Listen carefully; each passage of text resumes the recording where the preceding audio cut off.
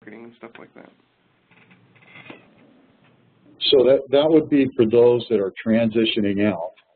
And now let's talk about those that now have entered veteran status, that is discharged from the Armed Forces Guard or even active reserves. So here we go with the next slide. You're on this one, Jason. So most of our colleges have student veterans associations and or vet corps programs. What these individual pieces show. So I guess let me step back real quick. One of the biggest success factors for veterans retention rates and enrollment is the ability to meet with other veterans and congregate and kind of have a student group. So what we see around the state is we see it often. Student veterans groups are very vibrant and very active on college campuses. What this shows is that this provides a canned audience, once again, of individuals that are working towards their college degree or have that mindset, or would be an easy group to target. The vet corps, like we talked about earlier, 46 individual campuses around the state. This individual's job, like we said earlier, is to plug veterans into resources as well as employment opportunities. So this would be an individual that could work with you and help identify veterans that might fall into the program. I'd be curious to know, maybe at the end or wherever, if people actually know who their vet corps people have been this year, or whether they've been in touch. That might be helpful to understand as well. Sure. And to know that there's a new cadre of vet corps or former vet corps members, but there's a new cadre coming in, right, Jason? Yep, we'll be starting a new cadre September 1st. So we're in the process now. Another person that you could connect with on campus would be the certifying official, not to be redundant, the college professionals, but the certifying official would be the person that actually is interfacing between the veteran, the student veteran, and the VA. So I would want to educate them, and many of the campuses now are starting to establish vet resource centers, which may or may not house a certifying official, but I know definitely vet corps and the certifying officials are working together. I would access them as a contact point. I'm hearing an echo. Is that distressing to anybody? Yeah, I hear a little bit of it too. I'm not sure why that is. Let's move on to the next one. Vet Centers refers to a federal VA program which provides outpatient counseling for individual veterans, anybody that is combat related, I believe, Peter. We have these centers around the state, Federal Way, and Spokane, and Yakima, and just to name a few. These are run by team leaders. The team leader is often a combat veteran themselves and has a really close contact with local resources as well as a large group of veterans that use their services. And so you could easily Google VA or Vet Centers, Washington, or whatever, and you'll come up with probably a .gov website, a VA.gov website, and that will list actually the names of the staff as well as the team leader and give you contact information for them. You have a lot of veterans that are moving through those vet centers, and some of them actually have an outreach coordinator. That means a person that goes out into the community, and it might behoove any one of you to know who that person is as well. As part of this outreach coordinator, a lot of the vet centers are required to integrate closely with opportunities for veterans in the community. So offering them opportunities for, passive marketing and stuff like that, I think they'd be very open to those types of things. Yeah, absolutely. So next we have on the list what are called your DVOPs, Disabled Veteran Outreach Program. And a DVOP is actually a person that oversees a program.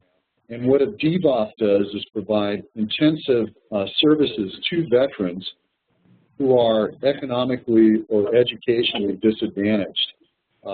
Could be disabled, homeless, or be experiencing significant barriers to employment.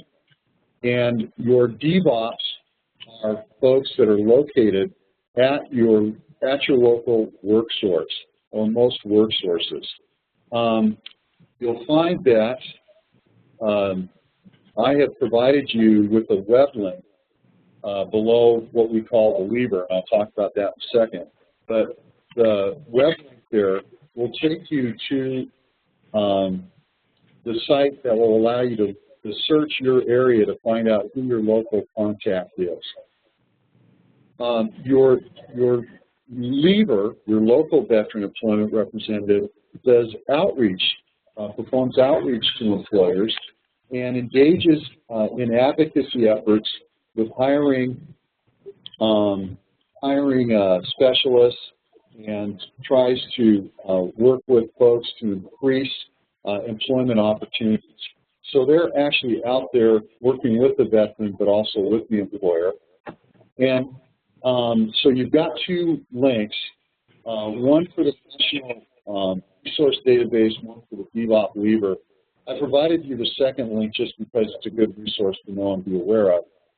But it would take you back to the first link if you were trying to find a DVOP Lever. Now, in King County, I just learned recently there's what is called a REVER, Regional Veteran Employment Representative, and that person basically tries to determine who vet-friendly employers are and tries to find out where the federal contracts are to increase job opportunities and develop job opportunities with employers. So your REVER is kind of regional. Your lever is actually out there kind of doing the same business as well, and the DVOP is really working directly with that veteran with whatever barrier they're experiencing. Now, Peter, I got a quick question. I apologize. Is the REVER located in the WorkSource office with the DVER and LEVOS, or is it a more of a... The REVER's a roamer. I guess this is going to sound pretty funny maybe to some folks out there, but the REVER is, I believe, Auburn Renton WorkSource would, or King County Veterans Programs would have an affiliate to this guy. He's the guy that's out there. He's actually out there roaming, trying to find these contracts. Did I answer your question? I believe so. Sorry. Yeah, okay. All right. So now we're up to talking about, go ahead.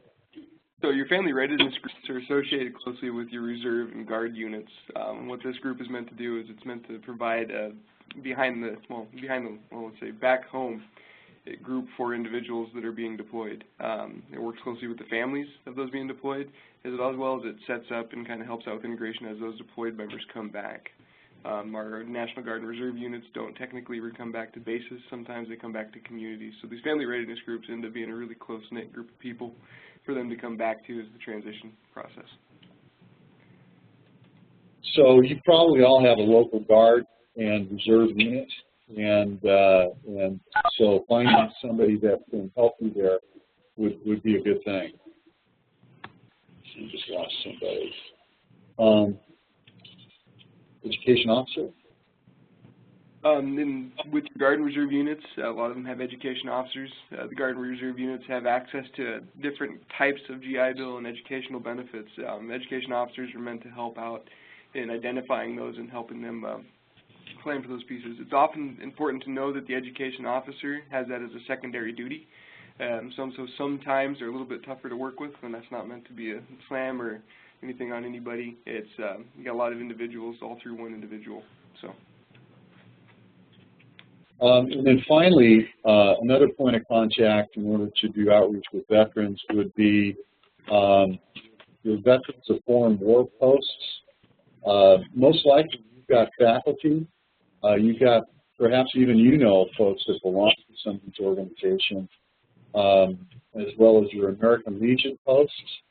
And we can go through the alphabet salad there with all the acronyms. And so maybe, Jason, you want to talk about Wounded Warrior Project? Wounded Warrior Project, I think a lot of people have seen that in the news and whatnot like that. Wounded Warrior Project is designed to specifically work with veterans of the post-9/11 era and plug them into resources. They have a number of different programs, but one of the key things to know is that they keep an alumni list of all those individuals that have ever taken advantage of their programs. and they often have communications with that alumni list, providing opportunities and sending resources out to them. They're very active. They have an office in Seattle, and often the same way the vet centers are required to do outreach, the office is meant to do outreach and find partners and find opportunities in the community. You also have the Disabled American Veterans, Vietnam Veterans of America. Vietnam Veterans of America is not just about Vietnam era vets, as I have come to understand now. And so anyway, either one of those two groups would also have connections to vets as well. I think a misconception sometimes comes back on the DAV, VFW, and Vietnam Veterans of America is that it's an older population that necessarily isn't looking for opportunities, and I think that's entirely, that's wrong. I think a lot of younger veterans are finding these organizations, as for that same group that we talked about, the Student Veterans Association in the beginning, finding that brotherhood and that, or that sisterhood and that group of people to be with. Yep, sorry. No, that's good. So, and then Washington Department of Veterans Affairs, obviously, you could probably talk more about the claims adjustment folks, right? And then because they're in touch with veterans all day, aren't they? Well, we have a number of different programs in the Washington Department of Veterans Affairs that are in touch with veterans on a pretty regular basis. We have the Veteran Service Officers that are working on the individual claims, like Peter said, as well as we have the HVRP, which is the Homeless Veterans Outreach Program, our VIP program, which is the individual, grant and award program. So we have a number of different programs that are in contact with veterans on a regular basis. And what we do is we do offer opportunities and send out opportunities as they come to our individual lists that we develop through those relationships. So what we've tried to do now so far is provide you points of contact to reach out to service members, to reach out now to veterans, realizing that it's a lot of information to dump on all at once. And I'd be happy to, I'm sure Jason would be happy to follow up with you if you had individual questions about some of these resources. But let's move on to the next piece, and I think this is pretty much a given for any of you out there, and that would be to use social media and marketing. So I think as we talked about those individual veterans organizations, a lot of those individual veterans organizations have a web presence and or a Facebook presence. They're heavily using those, especially your student veterans organizations. And yes. Well, and I know that the clubs sometimes want to, the Student Veterans Associations on college campus want to create their own identity, and sometimes don't affiliate with the campus sort of web resources, so they create their own business there, and they do their own chatting and communication offline in the main campus. So I would definitely reach out and look for those affiliations via social media. I'm aware of digital signage and digital storytelling as a way of communicating and posting the story of a veteran who might have been successful with your program and placing it at your website. You probably are already doing that. It's just a thought. And I guess a similar sort of emphasis would be with YouTube as well. The last piece then comes to helping veterans that transition out of the military. If you think about it, many of them are leaving guaranteed income. They're leaving all of the benefits that were cared for by them. For the most part, a veteran is provided everything that he or she needs in order to remain focused and mission ready. So if you think about it, when someone discharges out of the military, if they're not retiring, what's happening is that they are driving off that base, post, garrison, or ship, and they're going into a no person's land, trying to figure out how to even survive or find a job. So the ACAP TAPS program tries to help that veteran to do that, but what we're offering here with the brochure and a crosswalk is to help that veteran understand how his or her military occupational specialty or Air Force specialty code or rating, how that applies to any of the fields that you're trying to prepare your students, your veterans for. So Jason brought up a good point on how to make that work. Maybe you could talk about that a little bit. I think the crosswalk, what we were talking about, the ability for an individual as they transition out of the service to be able to have identified what the next steps are going to be, what it takes from point A to point B. One of the things that we're seeing in the 8-cap classes a lot is the average age and the average individual has a family, and so they're making a life choice depending on when they get out of the service. I think one of the things that we see with the student veterans groups and stuff like that, instead of spending time doing student group stuff, sometimes they get really directed towards a need to solve a problem or a need to get to from point A to point B. So the need to have a brochure and the ability to show crosswalk is beneficial to show the length of what it would take to get to point B, including the salary at the end of the day. And part of this, too, I think, is that for those that are junior enlisted, and I mean lower ranking, junior enlisted, someone who's in the military that's of junior rank is constantly on the move, on the go, and is typically being told what to do next. So decisions are typically made for these people. So when one leaves the military, here I'm leaving this framework or this mindset of being told what to do, and now going into an environment where there's a myriad of decisions to be made.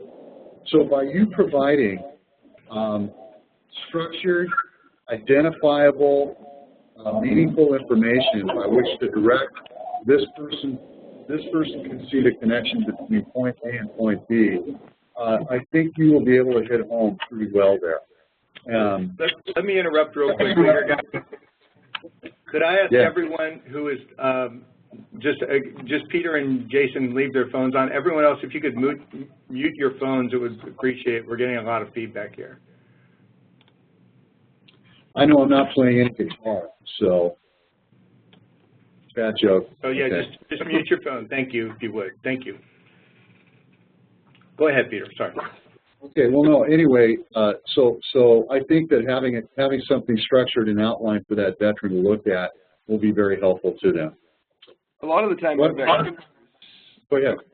A lot of the time, our vet corps members sometimes provide nothing more than the ability to have somebody bounce an idea off and give some kind of direction, and we see that be very successful in the college atmosphere. So anything that would help out with pointing out what point A to point B is and all the steps in between is beneficial. So let's go to the last slide here, and oh, I'm sorry. What you'll see here, and Andy and Margaret provided this to us, I think mainly you, Andy, and here you have specialty, the career, and what that rating would be in the Marine Corps. And so if a veteran that was a Marine veteran saw this, they go, oh, wow, I'm yeah, man, I was a 0051, and okay, I can see how this could connect, and by the way, I really enjoyed my career field, I want to carry on with that. By you having that information available will make this seamless for that vet. Same thing for the Air Force Specialty Code. You know, if I was I'm sorry, I can't even read the screen because I need cheaters. This is my moment to understand that I do need cheaters. So anyway, if we take a look here at any one of those specialty codes, you'll see that they do cross-reference over to an IT career field. And then it's the same thing with the Army. So I would say that if you have something like this available for your veterans in some kind of brochure, crosswalk that to salary, income, length of training, I think you'll hit a home run there. So yeah, let me mention something on that. Yeah, that's nice also to understand for people who are helping veterans that, you know, when I hear somebody say I was a 24X, I don't know what that means, you know. So if I'm able to look up, oh, that's a computer specialist, that's a valuable thing for me to know as somebody helping them get a job. So it's nice to helps the vet understand that they know what they did, but it also shows that you know what they did, which can be helpful. Very helpful. That's a great point. Thank you, Andy. So let's go to the last slide, and this really has to do with cultural competence. And I just wanted to offer a few questions to you there, and I'm sure Jason will come in with a few thoughts as well. And some of you may have been to a presentation previously or know about this, and I'm not trying to insult anyone by the questions, but if I was a veteran, something that's maybe coming along in your mind is, how would I know that you're friendly or even care or know about me? And, you know, how would a veteran or family member know whether you or your department is vet aware or vet friendly? And I think that you and your department and the folks that you're doing your work with might take some time to answer that question, and I could speak to that question offline with you as well. What factors would prevent the veteran from self-identifying to you or your department? You know, what would prevent them from even wanting to out themselves as a vet to your area? How comfortable are you working with military service members and veterans? And this kind of gets to a little bit deeper level. You know, what's it like to know that you're working with people that have gone to war, that may have some invisible wounds that they're struggling with, or may even have perpetrated death? So I ask these questions only in a manner of trying to raise awareness for you folks. And then let's see here. Jason, I think you want to speak to that, right?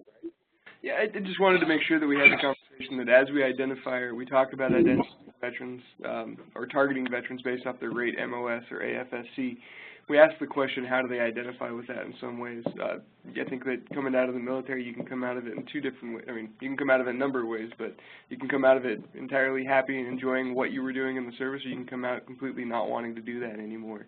I think that gives us two different groups that we could talk to and different ways of talking to them about the opportunities that are available to them. Definitely, for some of this, we'd like to identify those that really enjoyed what their rate or MOS was. Okay. Well, we've dumped a lot of data at you, and I got to tell you, I'm a bit uncomfortable with just being talking heads with a PowerPoint slide rather than having interaction with the information, because I believe that would make the experience more meaningful. But this is what we're limited to with our technology. So with that, I will offer from the both of us here. I don't know why that's not going to the last slide. Well, the last slide that we had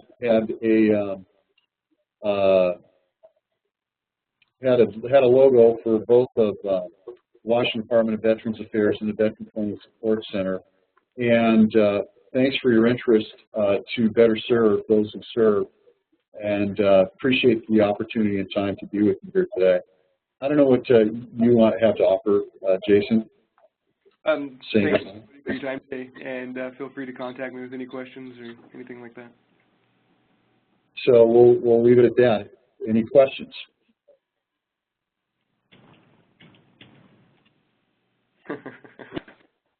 $1,001, $1,002, and $1,003.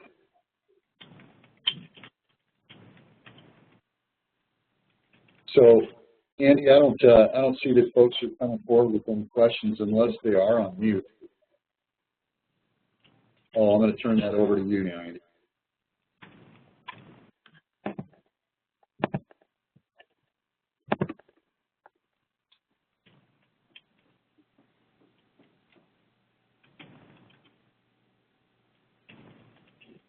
You're on mute, man, Andy. There you go. Oh, okay. Thank you. So there's your slide. I do want to say, if you guys would like to ask questions right now, you can either do them through chat or through ask them verbally. This is a good time to ask these guys questions if you'd like. So I'll give a minute to see if anyone has any questions. Feel free to type them in, and we'll make sure we get them answered, or just go ahead and speak up. And make sure to take yourself off mute like I didn't. Any questions? All right. I'm going to return to the top, and we're going to, if there's any more questions for these guys, make them quick, but otherwise you guys, thank you, Peter and Jason. I really appreciate you doing this. I'm going to share, if it's okay with you guys, I'm going to share this PowerPoint with everyone on this call. Is that all right? Of course. Yeah, no worries. All right, thank you. Thanks. Yeah, and my hope is that it was of value. And Andy, if you get any kind of feedback in any way, shape, or form, it would be greatly appreciated. I know Jason and I would appreciate hearing back. Sure. Actually, we have a question here. Can you read it, Peter? Or I'll read it to you, and so everyone can hear it in case they can't see it. From Natalie. We're in a region without a lot of veterans, Whatcom County. The majority of our veterans are from the Vietnam or Desert Storm era. Are there different techniques for reaching them versus those in the most recent conflicts?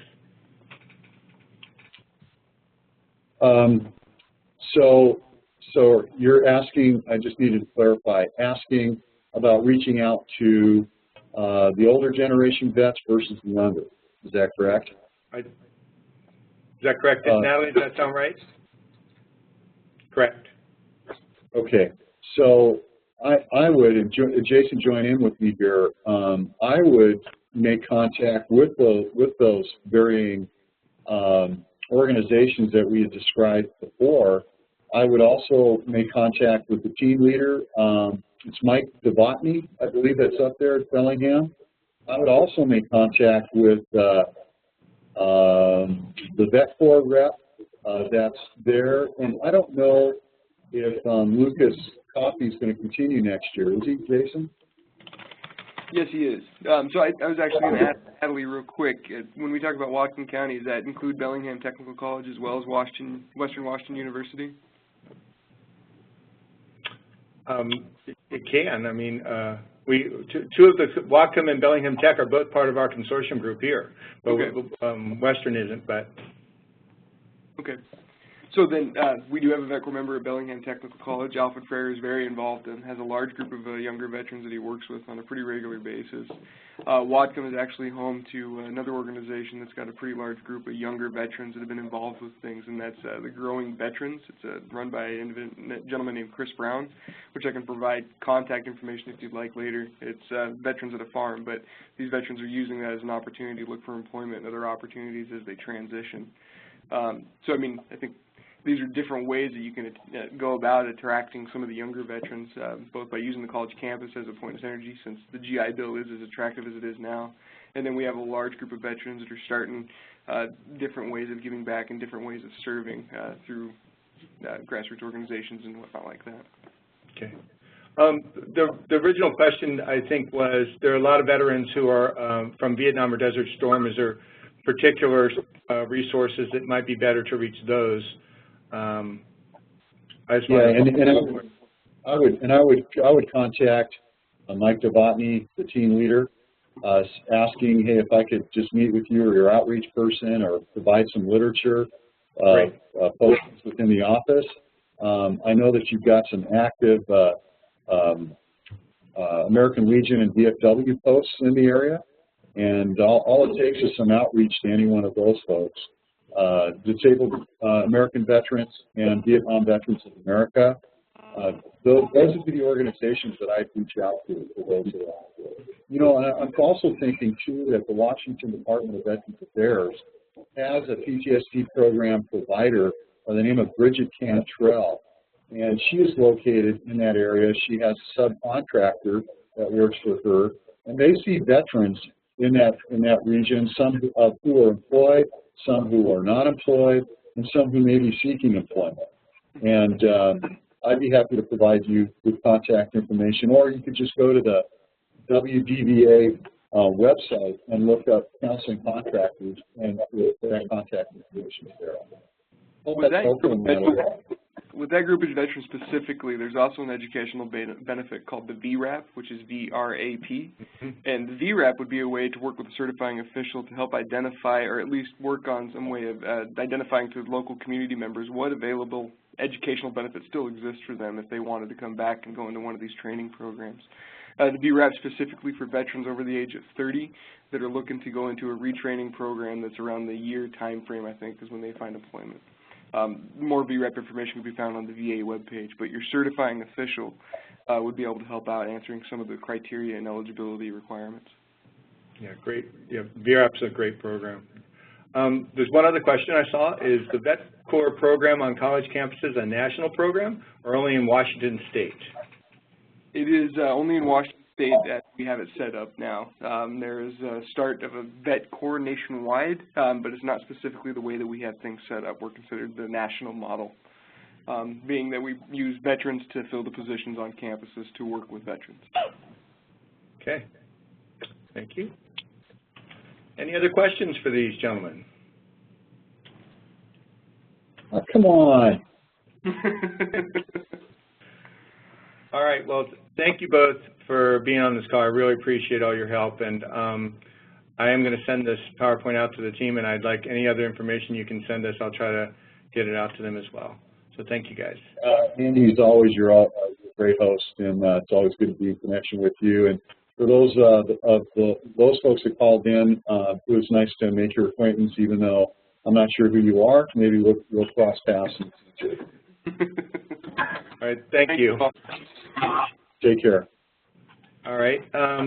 Just a few other things to talk about off our agenda here. And you guys can check out, Peter and Jason, you can go if you'd like. I got to figure out how to do that. Okay. So the updates in the July meeting are the two other topics we'll talk about today. So the student database, the note is it's not mandatory. Are there any comments or questions? Ideas around the student database? Feel free to shout them out or type them in. I had typed up a whole list of different comments and sent them in. But one thing that I'm wondering about is the fact that when I meet with students and I take notes, I want to be able to review those notes in later meetings so that I remember who the student is and what went on. So I feel like it makes more sense to have one main note page with the student's goals and all of that, and then maybe from there just put in the different meeting dates or different notes about what you did in individual meetings, but to have one main page with the main notes that you could come back to every time. That makes sense. Yeah, instead of starting a new page every time and filling in like one of the boxes. Right. So I don't know if anyone else has ideas about that, but I just thought that'd make more sense to kind of have that consistency. It's all in one place with the detailed information, and then every time you just put the date with a little note for the separate meeting that you had. Okay. Good input. Anybody else?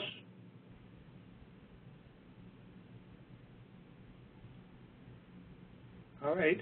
I like that idea too. I don't know how easy these things are to change or whatnot, but I kind of like that idea. All right. Any other suggestions for the student database or whatever systems you'll be using to track data? Okay. And I'm wondering if it's not mandatory, what kind of information we really need to be tracking, because it seems as though I don't really have clarification on exactly what we're supposed to be tracking. So I take notes if I do meet with a student, I take notes on if I outreach to a student, I save all the notes from the meetings and all of that, but if people aren't using the database, I'm wondering if people have another system or what's working for them to try to track the information, because right now I have a small cohort, but I'm going to end up with hundreds of students. So this isn't the best way to track information. So I'm wondering if other people have a different system that's working well for them.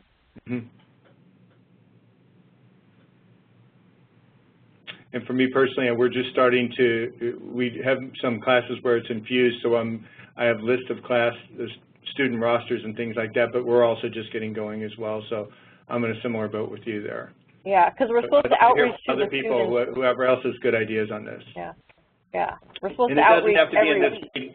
I'm sorry, Adriana. I was going to say, it doesn't have to be in this meeting. If you want to email this to all the student navigators, we'd love to have it. Okay. Okay, I got a note from Natalie. Can everyone read that, or should I read that aloud to everyone? I'll read it just in case. I'm still finding that the intake sheet doesn't ask enough questions. I do an initial meeting with a student that gives me the information I need. For example, the intake doesn't ask anything about where they're working or how much they make. However, we're required to report wage increases or if a student gets a job in the health IT field. So it's good. I think for that piece, that's why we're supposed to have the Social Security number, because then we can run it later and try to see if they did get a job and how much they're making within the state. But the problem we're having with that is that a lot of students won't give us their number or consent to do that. Yep.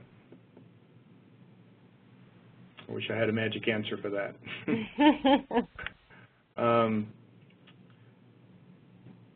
Okay, I'm going to get these questions back because we're recording this, and I'm going to get these questions back to Margaret so we can get a comprehensive answer on what to do and how best to strategize around this stuff. Okay. Okay. Suggested topic for the July meeting is preparing students for success and idea exchange and what we can learn from the inside track model. And I don't know if you guys have looked at that a little bit, but if you would, prior to the meeting, we can talk a little bit about it. A big focus of it is around coaching, student coaching, and how that drives persistence. And some really interesting things, especially in the Stanford study that they did. Very simple stuff, like reaching out to students helps them more complete in school. So that the coaching model can have a profound effect, short-term and long-term, for students. So I'd like to hear what people think in the July meeting. That would be interesting. So, anything else? Is there anything else you want to talk about? Quick Q&A. Anything else on your minds?